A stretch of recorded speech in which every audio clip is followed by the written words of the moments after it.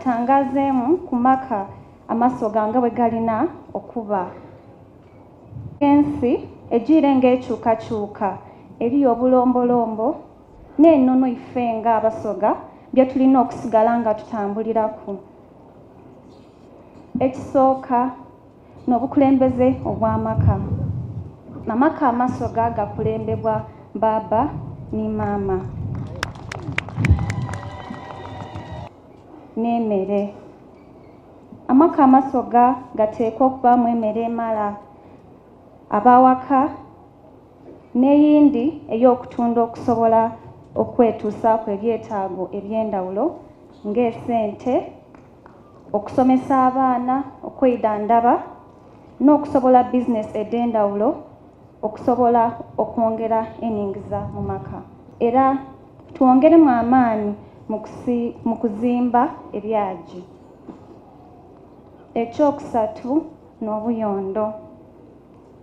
Amaka amasoga amatuufu tigabulamu kyolooni, akatindiiro ak'ebintu bye tukozesa waka ng'ebikopo n'amaswaani.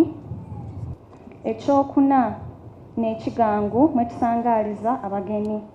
Mu maka mulina obaamu ekigangu mwe tutyamaku n'abagenyi baife okugezanga abakulembeze mu bitundu byaife. Kano kaba kabonero okulaga omukwano. Ekyomukaaga n'ebikozesebwa waka ng'embago era eteekebwa okuba buli mu maka. Amaka agazza mu mbago galaga obugayaavu. Omusoga tavuma, omusoga tasekerera, ate omusoga tageya mwine. Ekindi n'empisa. Empisa ed'amaka. Okusangaaza abagenyi n'abo ababanga batyaime ku waka, okubalamusa n'okulyaku awalala nabo kiraga omukwano.